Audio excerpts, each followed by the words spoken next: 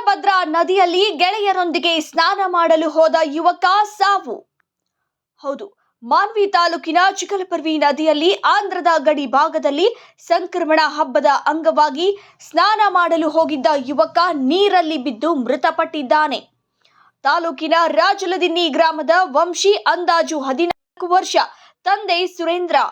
ಹೀಗೆ ಯುವಕ ಗ್ರಾಮದ ಯುವಕರೊಂದಿಗೆ ಚಿಕಲಪರ್ವಿ ಗ್ರಾಮದಲ್ಲಿ ಹರಿಯುವ ತುಂಗಭದ್ರಾ ನದಿ ದಂಡೆಗೆ ಮಕರ ಸಂಕ್ರಾಂತಿ ಹಬ್ಬದ ಹಿನ್ನೆಲೆ ಗೆಳೆಯರೊಂದಿಗೆ ಬಂದಿದ್ದ.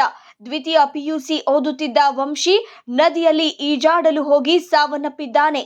ಕೆಲ ಸಮಯದ ನಂತರ ಮೃತದೇಹವು ಮೇಲೆ ಬಂದಿದ್ದರಿಂದ ಮೃತಪಟ್ಟ ಯುವಕನನ್ನ ನದಿಯ ದಂಡೆಗೆ ತರಲಾಗಿದೆ. ವಿಷಯ ತಿಳಿದ ಕೂಡಲೇ ಮಾನ್ವಿ ವ್ಯಾಪ್ತಿಯ ಪೊಲೀಸರು ಭೇಟಿ ನೀಡಿ ಪರಿಶೀಲನೆ ನಡೆಸಿದರು.